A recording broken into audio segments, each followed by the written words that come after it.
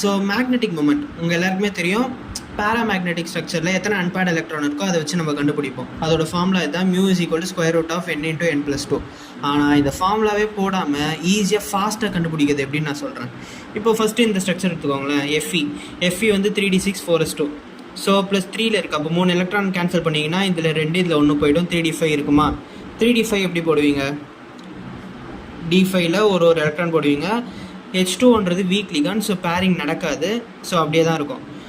இப்போது நார்மலாக இந்த மெத்தடில் போட்டோன்னா 5 எலக்ட்ரான் இருக்குது, என்னோட வேல்யூ 5. அப்போ μ = 5 × 5 + 2ன்னு போட்டு அதுக்கு ஸ்கொயர் ரூட் வேல்யூ எடுத்து, இது கஷ்டமா? நான் ஒன்று சொல்லிட்டா, 5 அன்பேர்ட் எலக்ட்ரான் இருக்கா, அப்போ ஆன்சர் 5.9.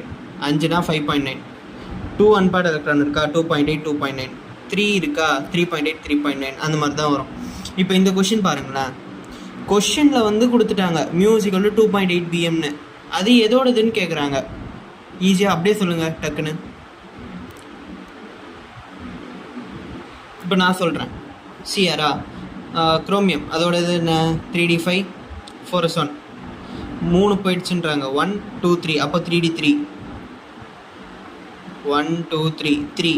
ஆனால் இங்கே 2 கொடுத்துருக்காங்க, இங்கே 3 இருக்குது. அப்போ வராதா? 3 இருக்குன்னா அப்போ 3.8 3.9 அது மாதிரி தான் வரும். அடுத்து NI வந்து 3d8 3d8 4s2. ஸோ அதில் 2 போயிடுச்சுன்னா 3d8 இருக்கும். 3d8 எப்படி போடுவீங்க? 1 2 3 4 5 6 7 8. 2 இருக்கா, அப்போ 2 இருக்குன்னா 2.8. Answer B. நீங்கள் இது வேணால் இந்த ஆப்ஷனில் செக் பண்ணி பாருங்கள். அவ்வளோதான்.